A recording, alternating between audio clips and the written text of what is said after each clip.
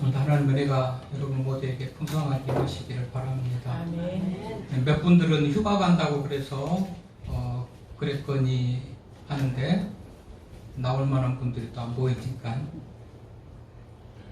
비에 또 떠내려가는 것은 아니고 휴가 가면 간다, 무슨 일 있으면 있다 이렇게 얘기를 해주면 궁금하지도 않고 또 걱정도 안 하겠죠. 그 영어 단어에 리메이크라는 그런 말이 있어요. 메이크, 만들다, 다시 만들다, 수정 보완해가지고 다시 이렇게 만드는 것을 리메이크라고 그러는데요. 제가 지난주일 그 9일 주일에도 그 독일의 양심, 행동하는 신앙인 보네퍼 얘기를 했죠. 이미도 많은 작가들이, 이미도 많은 출판사가 이 보네퍼를 많이 얘기를 했기 때문에 알만한 사람들은 다 알매도 불구하고 또다시 지난 4월 달에 좋은 씨앗에서 이 보네퍼에 대한 책을 냈다 그랬잖아요. 이런 것들을 이제 꼭 말하자면 옛날 사람들을 소환해가지고 또 리메이크해서 다시 그런 분들을 소개하는 거예요. 얼마 전에 또 보니까 장기려 박사님을 또 책을 또 냈더라고요. 바로 얼마 전에 7월 14일 날 장기려 이 장기려 책을 내는 분이 지강유철이라는 분인데, 이 지강유철이라는 분은 2007년에 이미 장기려 그 사람 이런 책을 냈어요. 장기려에 대한 책을 냈단 말이죠. 또다시 소위 리메이크 해가지고 장기려 또 내요.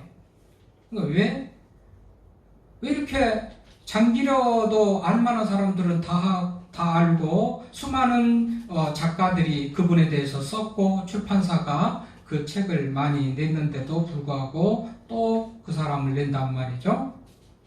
왜 그럴까? 현대인들은, 요즘 사람들은 선행을 하거나 하나님의 말씀대로 살거나 하나님을 보여주는 삶을 산다 한들 그런 분들에게 비하면 양이나 질이나 비교가 안 되는 그런 모습이기 때문에 자꾸 옛날 사람들을 소환해가지고 다시 한번 우리들에게 상기시키고 보게 하고 듣게 한다라는 그런 생각을 하면서요. 요즘 사람들을 또 하나님을 보여주고 예배자의 삶을 사는 사람들이 좀 많았으면 하는 그런 기대를 하면서요. 오늘도 말씀을 준비를 했는데요. 지난주일에는 제가 차인표 씨의 아버지 차수웅 장로님 얘기를 했죠.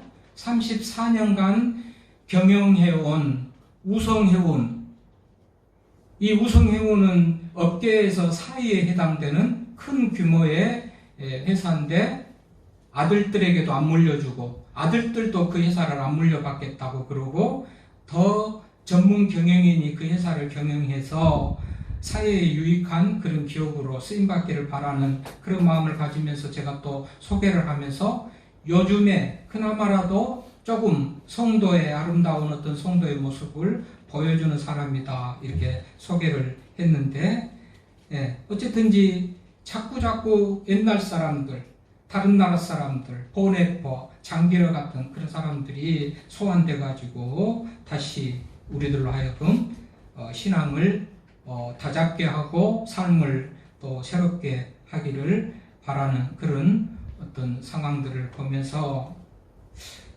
보네퍼, 장기려 다 알만한 사람인데도 또다시 책을 내가지고 그런 분들을 얘기를 한다. 이 장기려 씨 잘 알죠? 보네퍼는 지난번 제가 9일에 주일날 말씀드렸으니까 이 장기려 씨는 의사지요. 근데 이 사람들이 평가하기를 이 장기려 씨를 사람을 사람으로 대했던 의사다 그렇게 말해요. 사람을 사람으로 대했던 의사, 참 의사였다 그런 얘기예요. 이 장기려를 다시 쓴 지강유철이라는 분도 이 장기려 씨를 평가하기를 이면과 표면의 경계를 하는 사람. 이면과 표면이 뭐죠? 겉과 속. 경계를 허물었다는 것은 참 정직하고 진실했다라는 그런 얘기죠. 그래서 이 장기르시를 보니까 거짓을 저주받을 짓이라 여겼고 정직을 최고의 미덕으로 알았고 거지나 대통령이나 행력병자나 동일하게 대했다. 사람이 가진 돈이나 권력을 보고 신분에 따라서 차별하지 않고 성경의 정신으로 사람을 대했다. 그러니까 사람을 사람으로 대한 참 의사라는 그런 평판을 듣고 정말 이면과 평면의 경계를 하는 사람이다. 이런 평판을 듣는다 생각을 하면서 우리들도 이렇게 장기르시 같이 또는 보네포 같이 신앙을 가지고 행동하는 양심과 어떤 행동하는 신앙과 이런 좋은 평을 들었으면 좋겠다. 예배자는 반드시 이래야 되거든요. 저도 부족하고 우리 모두가 좀 부족합니다만은 목표를 정하고 지향해 갈 부분이 이런 부분이에요. 예배자는 많은 이들에게도 칭송을 들을 만한 그런 모습으로 살아가는 것이죠. 그래서 이 장기르시를 일컬어서 청빈과 봉사의 삶을 사는 사람, 살아있는 성자, 작은 예수, 한국의 슈바이처 등등 그에 대한 여러 가지 수식어가 따라다녀요. 바보, 의사, 손해, 이익이나 이런 걸 안 따지고 그야말로 사람의 생명을 살리는 일에 헌신했던 그런 모습 때문에 이런 호칭들이 따라다닌단 말이죠. 자, 오늘도요, 이 옆바에 다비다라 하는 여제자가 있으니 다른 내용 가지고 설교하기보다 본문은 여제자, 이거는 성경에 많은 여자들이 나옵니다. 수많은 여자들이 많이 나와요. 그러나 여제자라고 호칭되어진 사람은 이 사람 한 사람 다비다밖에 없습니다. 호칭되어지는 것에 제가 지금 중점을 두고 말씀을 나누려고 그러는데요. 많고 많은 여인들 중에서 제자 말이죠. 여자 제자라는 호칭은 성경에서 유일하게 다비다만 받은 그런 호칭이다. 얼마나 남달랐으면, 얼마나 특별했으면 많은 여자들 중에서 이 사람만 오직 여제자라고 그렇게 호칭을 했을까. 다비다, 이게 아람어예요. 영양 있죠. 암사슴, 그런 뜻이에요. 그렇게 헬라어 그리스어로 하면은 또 도르가라, 번역하면 도르가라 그랬는데 당시는 헬라 시대죠. 그리스를 중심으로 한 헬라 제국, 그리스가 맞으면 막강한 힘을 가지고 알렉산더 대왕을 앞세워서 여러 나라를 지배한 그 헬라 제국을 이룬 때문에 당시의 공용어는 헬라어인데요. 근데 이 유대인들은, 히브리인들의 뿌리를 가진 이들은 비슷한 언어, 최대한 모국어와 근접한 아람어를 쓰기를 원했다고 그래요. 그래서 유대인들은 아람어를 즐겨 썼다고 그럽니다. 예수님과 제자들도 그랬고요. 그래서 이 다비다는 아람어인데요. 이걸 당시의 공용어인 헬라어로 바꾸면 도르가예요. 근데 베드로는 이 여인을 부를 때에 다비다라 그렇게 부르죠. 가능하면 히브리적인 언어로 부르고 싶었던 그런 마음이 있었던 거예요. 일어나라, 일어나라 할 때도 다비다야 일어나라 그렇게 하죠. 설명을 할 때는 도르가라는 얘기도 나오지만 원래 본명이 우선적으로 쓰고 싶은 이름이 다비다였기 때문에 다비다라는 여제자가 있는데 번역하면 도르가라 그렇게 했겠죠. 어쨌든지 이 다비다라는 여인, 이 여제자라는 호칭이 붙어요. 어떻게 해서 특별하게 남다르게 많은 여자 중에서도, 여인들 중에서도 특별하게 이 사람은 여제자였을까라고 궁금증을 가지고 이 본문을 읽어보면 말이죠. 충분히 그럴 만하다라는 것을 우리가 찾아볼 수가 있는데요. 그렇죠? 우리 36절에 보니까 여제자가 있으니 그 이름을 번역하면 도르가인데 선행과 구제하는 일이 심히 많더니, 그래요? 선행과 구제하는 일이 많았다도 아니고 심히 많았다. 과하게 지나치게 많았다. 흘러 넘치게 많았다. 그런 말이에요. 적당히 해도, 많은 정도만 해도 잘한 일일 텐데 심히 많았다. 최선을 다해서 할 수 있는 모든 물적, 인적 자원을 다 동원해가지고 구제하고 선행을 하는 일을 했다. 힘이 많았다라는 말이 그거예요. 자, 한 사람이 죽으면 장례식을 통해서 그 사람의 됨됨이를 알 수가 있는데요. 이렇게 살던 다비다가 죽었다는 거 아니겠어요? 그때 병들어 죽었어요. 그러면 일반적으로 사람이 죽으면 장례하는 일에 분주하고 장례를 준비하고 장례하는 일에 분주할 텐데요. 이 본문의 사람들은 죽은 이 사람을 깨끗이 씻어서 다락에 누워놓고 살리는 일에 분주합니다. 죽은 사람인데 살리는 일에 분주해요. 장례를 치르는 일로 분주한 것보다도 살리려고 분주해요. 그래가지고 옆바 근처에 있는 누따에 있는 베드로에게 사람을 보내가지고 청합니다. 베드로님 빨리 오세요. 급히 오세요. 지체하지 말고 와달라. 빨리 와달라. 그렇게 합니다. 왜 그럴까요? 이 초기교회 베드로는 죽은 사람도 살리고 하나님의 능력으로 여러 기적을 행하기 때문에 혹시 와서 기도하면 이 다비다가 살아날까 싶어서 완전히 죽은 사람인데 시체를 씻어가지고 다락에 누워놓고 장례를 준비하는 게 아니고 살리는 일로 분주한 그런 모습입니다. 그래서 베드로가 급히 왔어요. 베드로를 청해요. 도와주세요. 기도해주세요. 살려주세요. 베드로를 청한 거죠. 제가 늘 말씀하는 내용이 그대로 나옵니다. 청해요.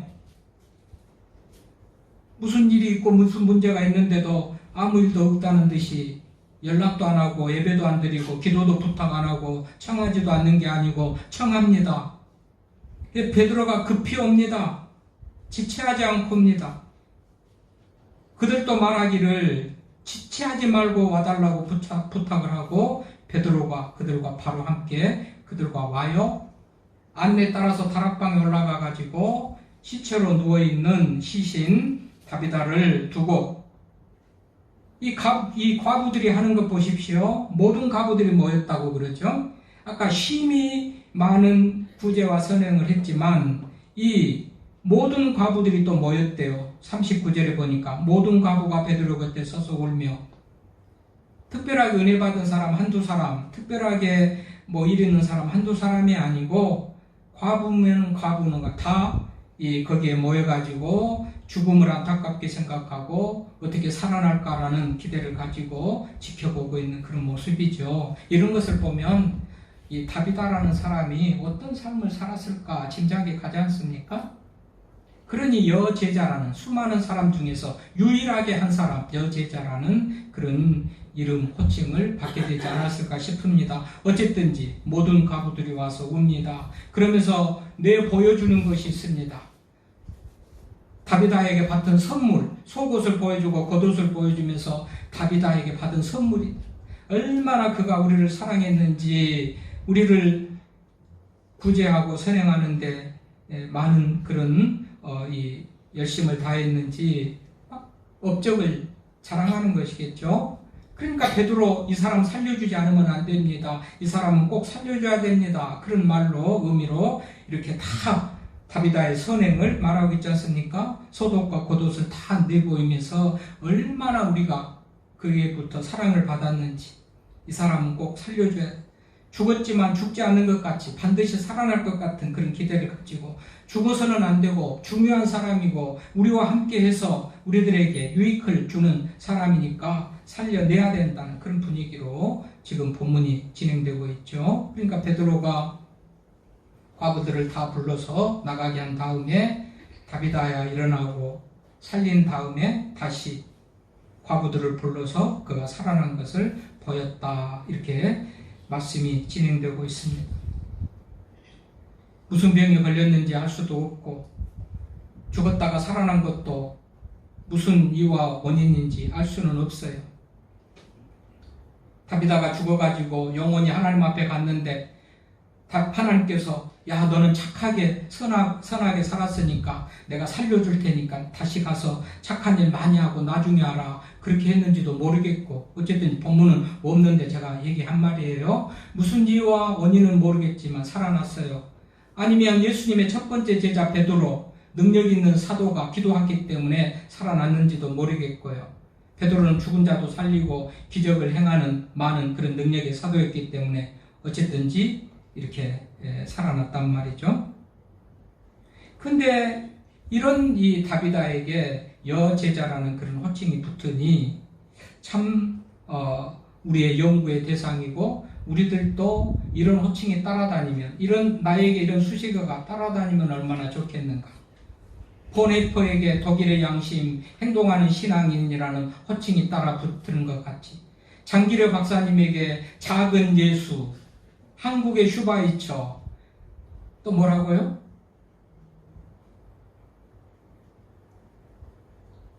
이런 호칭이 뭐 바보 의사, 그렇죠?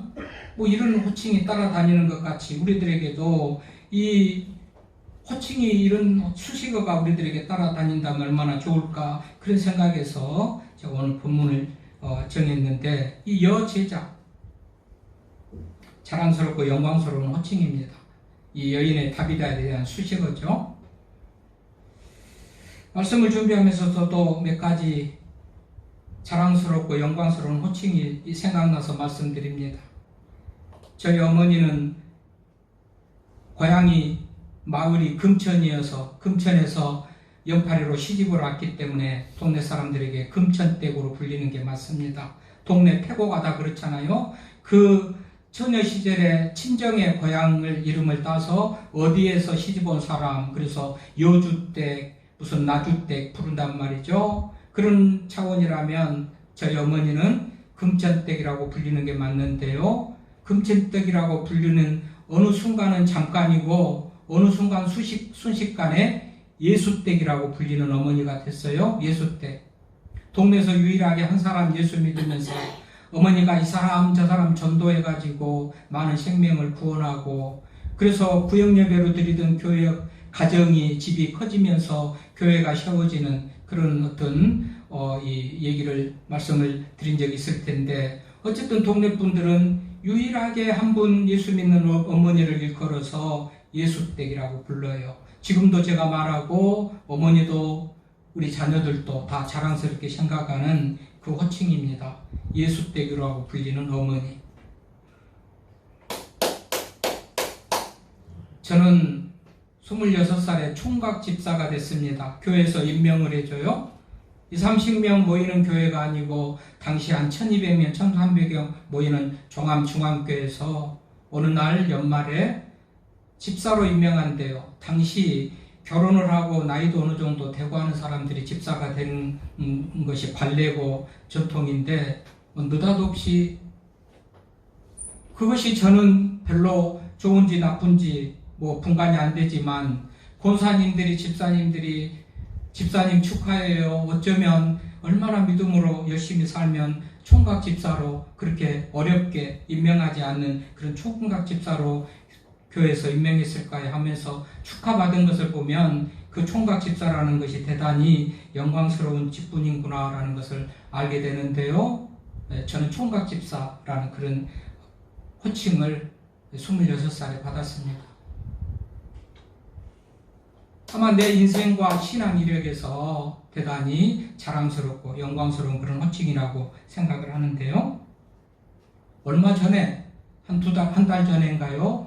구산교회에서, 우리 노예 구산교회에서 그 중직자 투표를 했대요. 근데 총각 안수집사가 된 거예요. 선출도 투표에서 총각 안수집사가 세워지는 거예요. 예, 우리 김삼문 장로님 아들 성전이가 총각 안수집사가 됐대요. 들어보지도 못한 그런 총각 안수집사.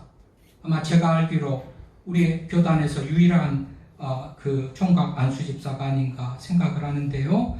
아마도 이 성전이에게 이 총각 안수집사 가족들에게도 정말 신앙의 이력에 있어서, 인생에 있어서 정말 자랑스러운 큰 그렇게 영광된 호칭이 아닌가, 이런 생각을 해보게 돼요.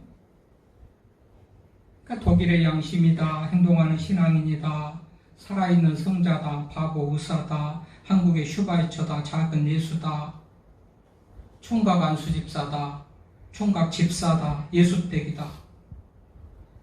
그런 것과 같이 오늘 여제자, 다비다 여제자는 그렇게 영광스러운 호칭이었다 생각을 합니다.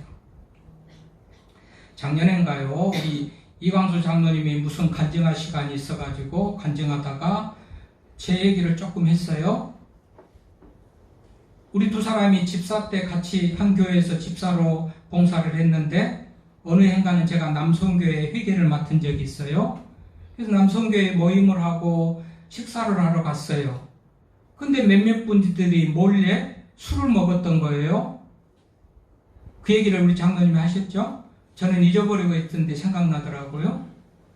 그럼 제가 회계니까 계산을 하는데 바깥 계산을 하고 회비로 술값은 내가 계산을 못 해주니까 술 먹은 사람들이 술값은 계산하라 했는 것을 제가 그때 그렇게 했는데 잊어버리고 있다가 장로님이 그렇게 얘기를 하니까 생각나가지고 자,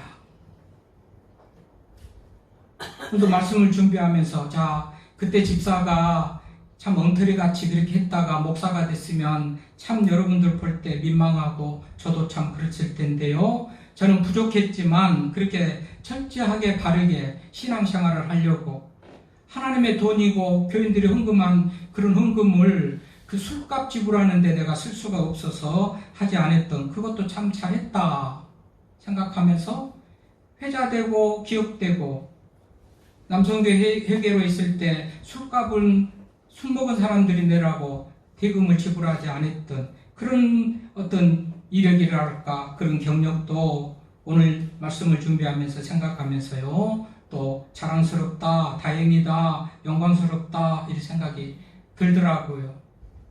여러분, 주님과 연관돼서 신앙과 연관돼서 우리들의 이름 앞에 직분 앞에 어떤 이렇게 연관된 수식어를 붙이면 얼마나 좋겠는가. 여제자 다비다, 바보 의사 장기려.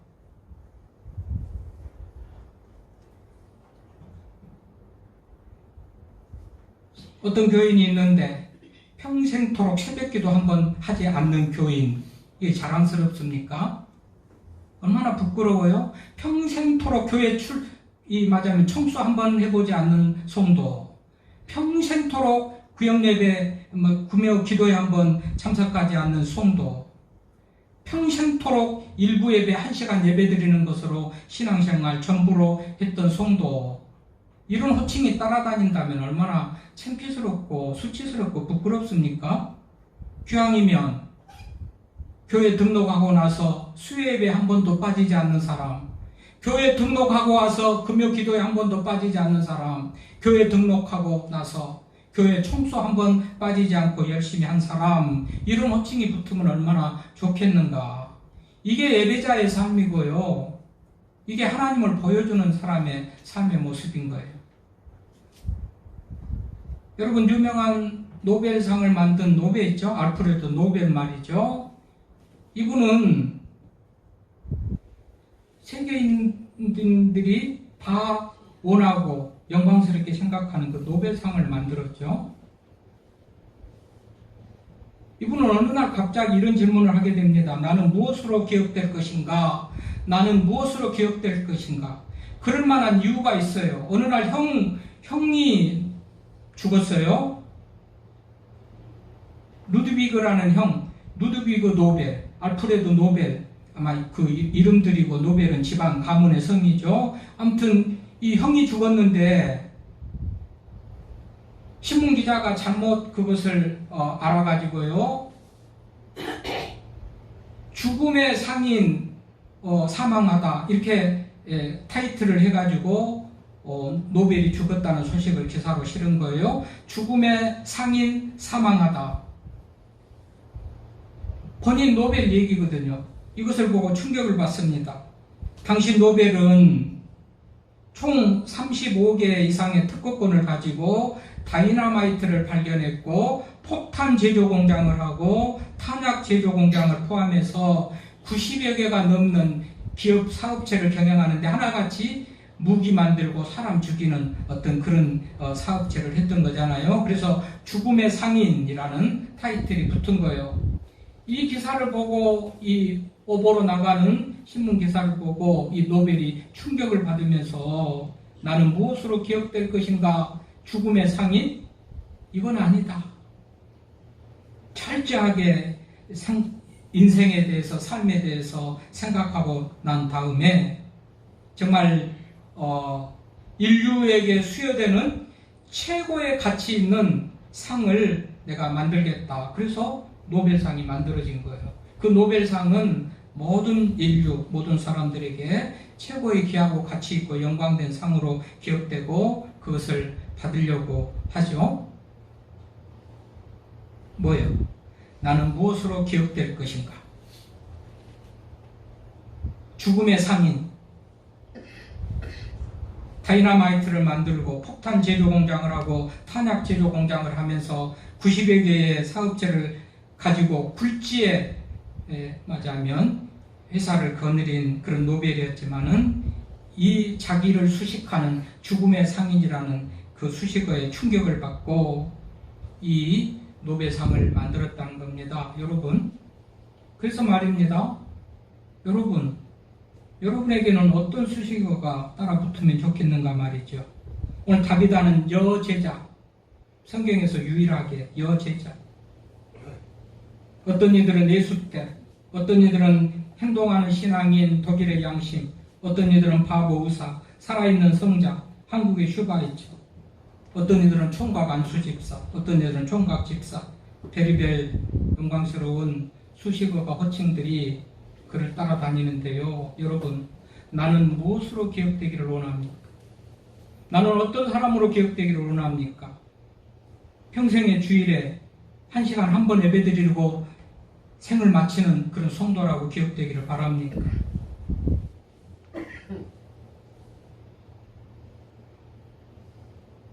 주일 8시 일부 예배 1시간 나와서 예배드리는 것으로 평생 신앙생활 했다고 말할 수밖에 없는 그런 성도로 신앙생활 하다가 생을 마치겠습니까?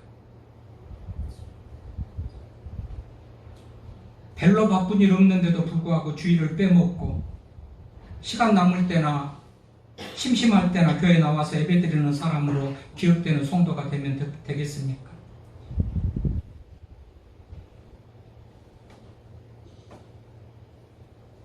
정말로 하나님을 보여주고 삶 속에서 예배자로 살아가지고 그분 하면 어떤 분, 그분 하면 여제자, 그분 하면 총각 집사, 그분 하면 예수때, 그분 하면 등록하고 나서 정말 주일 한 번도 빼먹지 않는 사람, 그분 하면 등록하고 나서 수요예배를 한 번도 빼먹지 않는 사람, 그분 하면 등록하고 나서 교회 청소를 한 번도 빼먹지 않는 사람,